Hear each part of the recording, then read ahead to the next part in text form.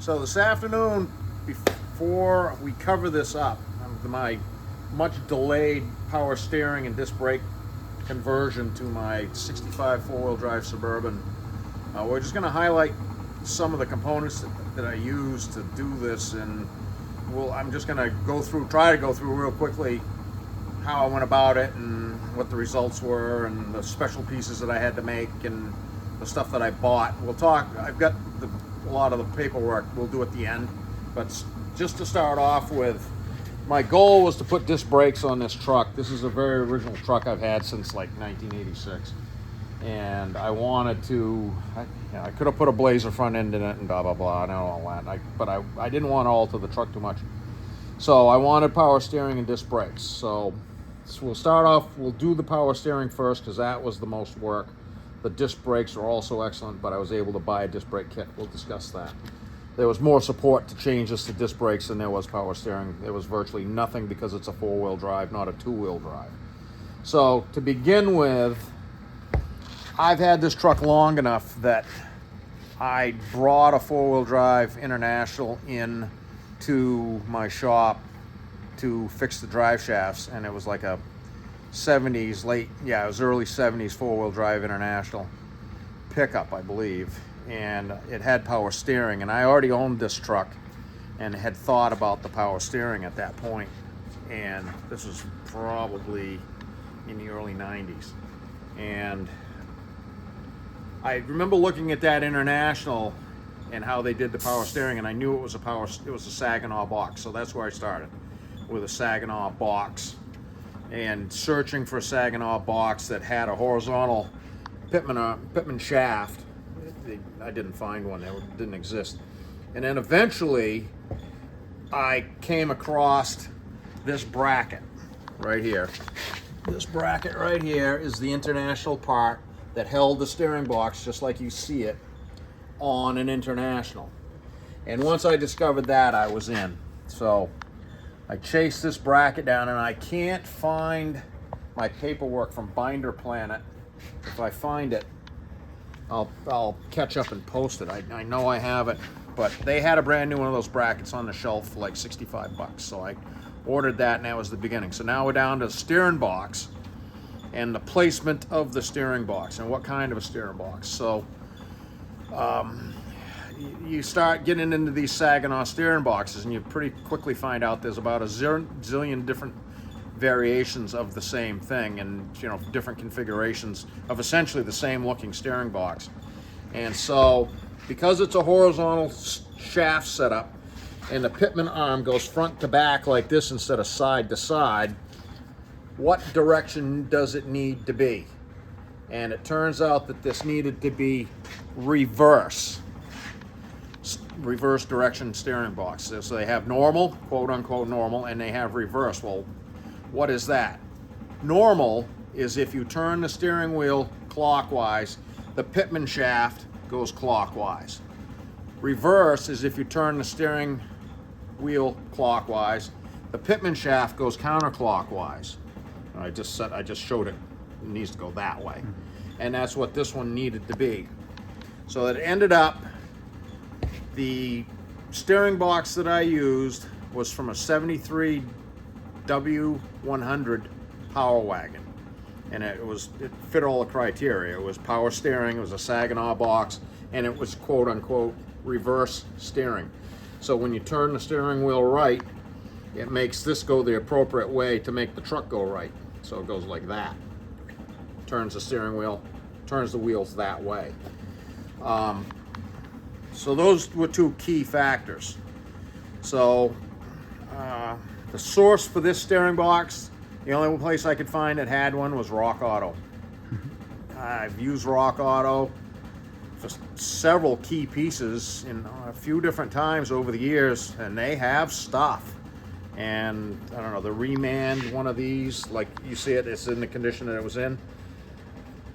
I don't know, I think it was under 300 bucks, I don't remember.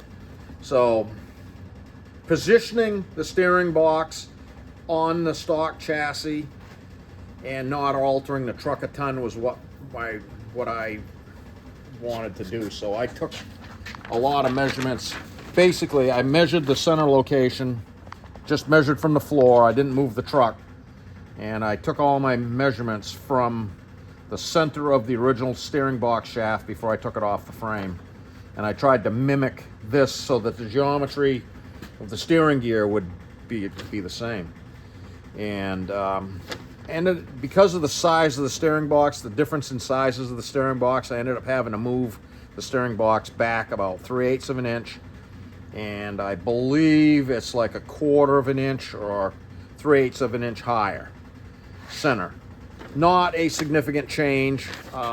We'll discuss the changes I made, but that, as you can see, I got everything to line up here as good as I could. And we'll discuss the inner fender and everything. But the critical part was so it would allow the radiator support to go back in without having to cut into the radiator support. And that was basically the reason I did that. I welded in the original holes that held up the original steering box, and I made a masking plate to go on the back. It's the same frame. It's the same as the frame, and that's a 3/8 plate inside there. And I made this guy here. I made this for my test piece because I didn't have to keep lumping the steering box around while I was trying to get this located. And so that's the pitman shaft, and that simulates the steering shaft. The geometry is the same on that. So I kept just sliding it around till I got this XY of the center on this guy the same or as close to as what the original steering box was. And I had that clamped to the frame, and I just highlighted the holes, the new holes I needed versus the old holes. And basically I could reuse 2 of the holes partially. I welded in a ton of holes, and I welded them to this backer plate. So I cleaned up the frame on the inside. You can't see it now. And I had to add this tab here to grab the 4th bolt on the international bracket. And then the Saginaw bolts to the international bracket just like it did in an international. So that takes care of the location of the steering box. And then we have to have the drag link. The drag link on the original truck was not adjustable. And it was a different taper here. So what to do about that? So and not to mention the steering arm itself, the pitman arm. The splines on the new steering box were bigger than the splines on the old steering box. So I cut the hub off of just a junker steering pitman shaft. These are forged steel pitman arms. I cut the lower section off of my original steering arm, and I just TIG welded them together. I heliarced them together. And I clad them with this 1/8 inch plate because that's kind of like a family tradition. My grandfather did that when he built hot rods and stuff, or old trucks. My dad did it, and my dad was still with me at that point, so I did it too, just kind of like, it would never break in a million years. I'm a certified welder. I TIG welded that together. I'd never even worry about it, but my dad was here with me, and we had to do it, so that explains that. I've got the ball joint, the tie rod end numbers I'll do at the end. This drag link piece I made to accommodate the new threaded section. That's a left-hand thread, that's a right-hand thread, so it operates like normal. I got the factory clamps that would be like a 73 Chevrolet. I gotta put a cotter pin in that guy. Mm-hmm. So basically, this is the lower half of the original steering arm cut off and mated to the hub of another steering arm that fits this steering box. That's the long and the short of it. That's why I did it. I copied the offset. I mimicked the offset. I made another little holder bracket that kept the geometry the same of the original steering arm before I cut it, and I welded it in the same jig so it lines up, and you can see it lines up. So that takes care of all of this. Now we'll talk about the steering shaft. I cut the original steering box, the original steering shaft from the original steering column. I just cut it off arbitrarily somewhere in the middle at the beginning. And then when I got further along with my program here, I did shorten it up, and you can see what's there now is a U-joint. So we'll start at the rag joint. The rag joint that fits the 73 Power Wagon, the input shaft for the steering box had a larger spline on it than the old non-power steering box. So I literally just called O'Reilly's and got a rag joint for 73 Dodge Power Wagon, and went right on the spline just like it was supposed to. So then what was the next move there? I was like, I don't want a U-joint here, I want it factory appearing. So I took the original rag joint and cut the rivets. So this is the original steering shaft from here to here that came on this truck. And I cut the rivets out of the new rag joint that went to the Dodge, and I just bolted them together, and it goes back together seamlessly. When this is all done, before I put this inner fender on, I'm just going to paint all this black, and it's just going to disappear into the background. But that's got Stover lock nuts on it, and it works just like it should. That's a common Spicer slip yoke with a 1000 series U-joint. I'm a drive shaft guy. I build drive shafts for a living. So I had that stuff in stock. That's a forged steel yoke, and it's got a keyway. I keyed that, so it's got a keyway in the original steering shaft that comes out of the original steering column. I had that all apart, and I put new bearings in it and renewed the blinker mechanism and all that while I was at it. So that just has that yoke on a key that's drilled in significantly into the shaft, so it's got a good bite on there, and I'm gonna safety wire that square-headed set screw. This has a little bit of ability for slip yoke, and it's a captured key that can't come out. It has just enough room to compress it to disassemble it, and that's it. So that pretty much sums that up. The inner fender is going to go around here, and this amount of the steering gear is going to be hidden inside of the bubble that bolts onto the exterior of the fender, because this steering column passes through the fender well on these trucks from the factory. I don't know about the two-wheel drive trucks, but they do on the four-wheel drive truck. So that passes through the fender well, the inner fender. And like I said, we're doing this now before we put the inner fender on and can't see any of it. So boom, that's pretty much the steer. Oh, okay, so we'll talk about the power steering pump. You could deal with that any way you wanted to.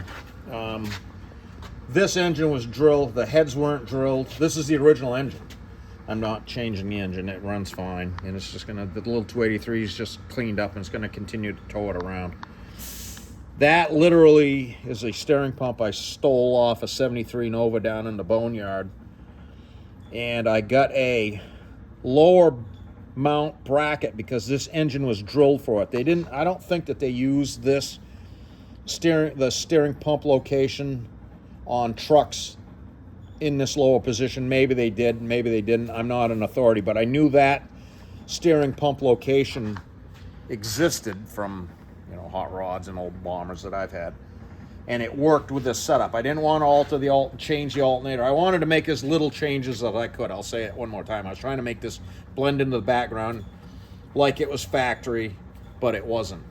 So that's literally is a steering pump that I took off an old Nova down in the boneyard, and that's an Allen Gove steering bracket that I ordered to put that pump in that lower location. And I got the add-on pulley that bolted to the two stock pulleys. That went right on there, perfect. And even the belt number that they said it would be is correct. It all lined up. I did have to put a couple of washers in it to shim it, but who doesn't? I mean, every time you mess with power steering brackets and things and alternator brackets, alternators, shimming them and getting them straight is like, yeah, I did it, but it wasn't pleasant. But it wasn't on them. I mean, their bracket pieces were nice, and they were economical. They're U.S. made. I think they're made in Kansas. We'll go over that in a second. But that retained the alternator and all the stuff that was where it was. Once again, that was my goal. You can see this truck was changed to an alternator a long time ago. This was supposed to be a generator truck, I believe. For the power steering pressure line, I just rolled the dice and ordered the pressure line that would have been for that 73 Dodge Power Wagon. It showed up. It had all kinds of length to it, and you can't see it in underneath, but there's another bonded on part, like right here where it's crimped onto the hose. The other part that's hidden down there underneath was huge. It was long. Yeah, I can see it right there. Yeah, you can see it down in there. Well, long story short, it had plenty of length, but it had a couple of 90-degree bends in it. They were actually almost exactly backwards. So I got looking at that for a little while, and I just took a tubing cutter and cut it, and I orientated it the way that I wanted it, and I fired up. I have a machine shop, so I guess that is an advantage.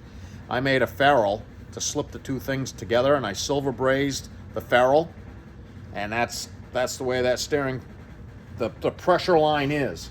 The return line is just a piece of 3/8 brake line that I flared and bent over, and it just whips around and rolls up, and it goes into the back of the can as the return line, just like could be factory. I did put a new can on the pump because I had it all together. Ran it around, just proving out all the power steering and the brakes and everything worked. This is a little ways down back. Came in the morning and the freaking pump had a hole in it, so it's got a new can.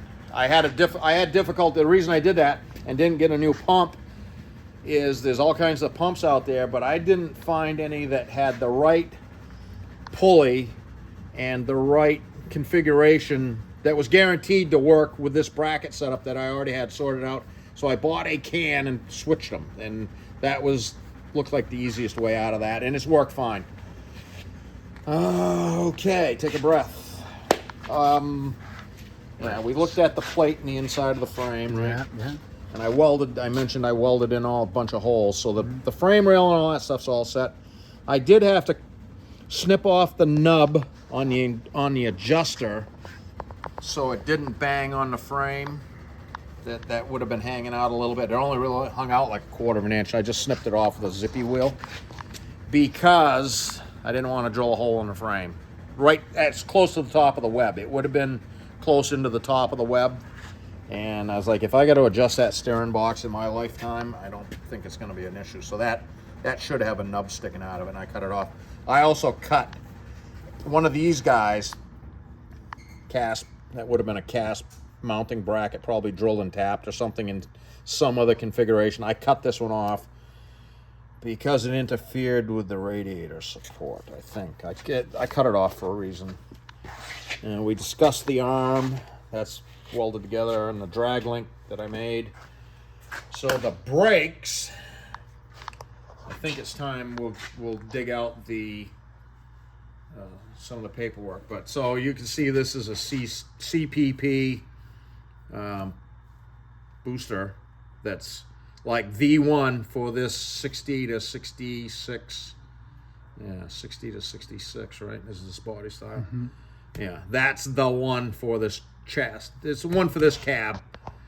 Whether it's 2-wheel drive or 4-wheel drive, you're going to use this one, And I need to say that, if this was a 2-wheel drive truck, you get a disc brake kit for this thing at the McDonald's drive-thru, pretty much.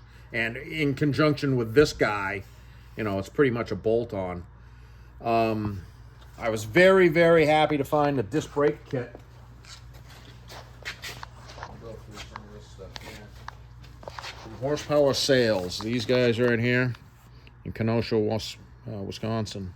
My mother's hometown, Kenosha, Wisconsin.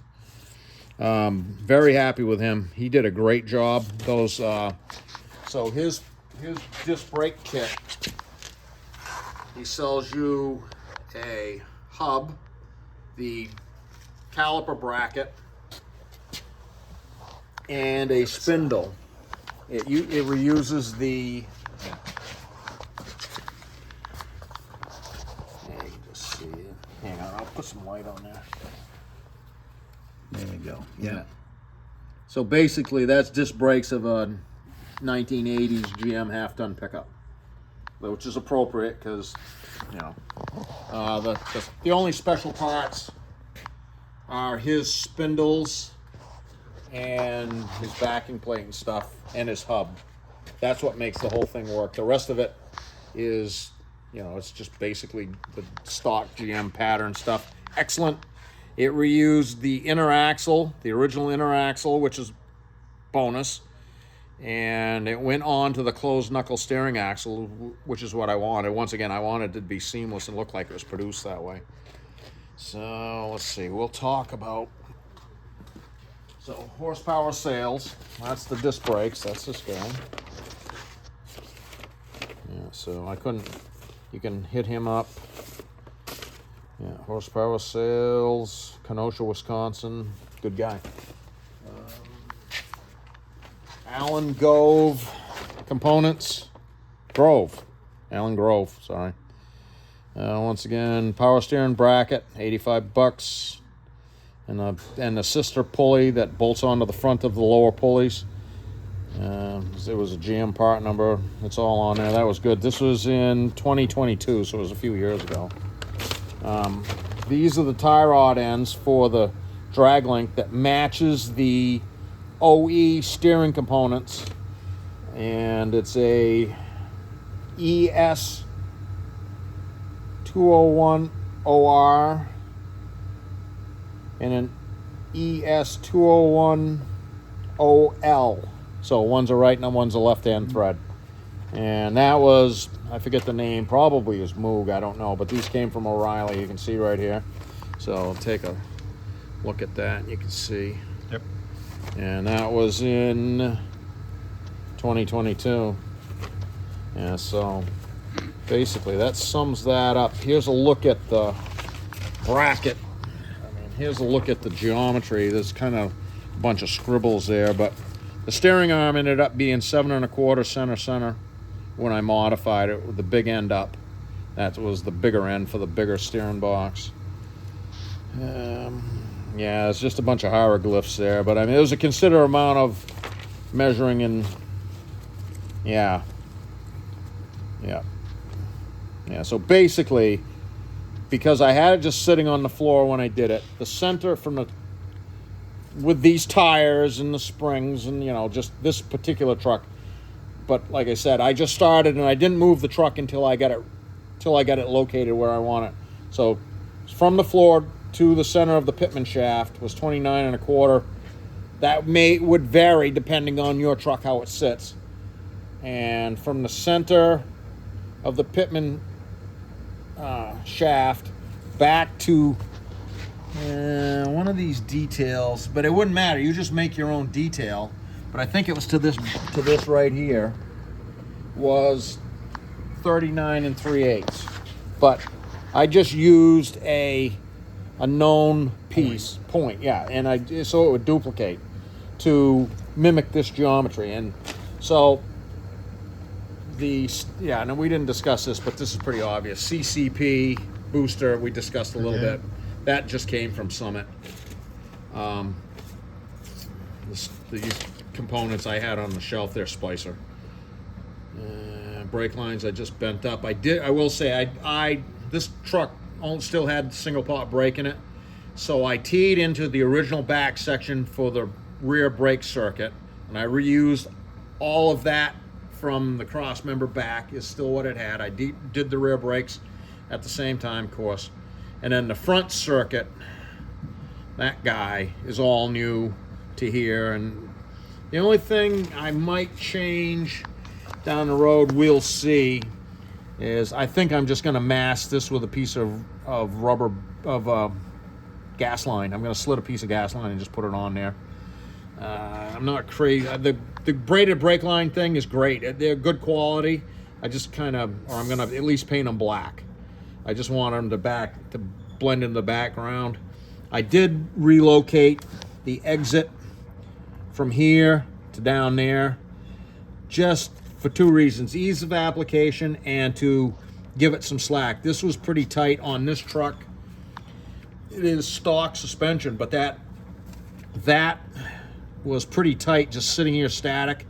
If it articulated too much, it was going to be too tight. So I relocated them down to there. These may get changed to rubber brake line down the road. I don't know, but that's what I did. And I just made a tab that's easily removable if I make a change. That pretty much sums that up. I have run this around like 5 hours here on the farm, and I've been across the street into the housing development, just shaking it all down, and the brakes work and the engine runs, and so we're at the point now of putting a tin back on it, aren't we, Robbie? We are. Yeah. How Yeah. many years? We won't talk about that. Yeah, no, it's been a few years. We just had some family stuff going on with my parents that I didn't had large blocks of time that I couldn't get to working on it, and then busy all the time. It didn't help either. So putting a push on here to get it out, to get to a car show. We have a deadline. Was it June 3rd? June. Yeah. So TikTok. That's But right. so hopefully, if you guys got any questions, anybody's got any questions, this is going on my YouTube channel, and I'm gonna try and put it onto the Facebook thing, just the link that deals with these 60 to 66 trucks, and if anybody wants to look at it, that's great, and hopefully it helps somebody. Thank you. Thanks for watching.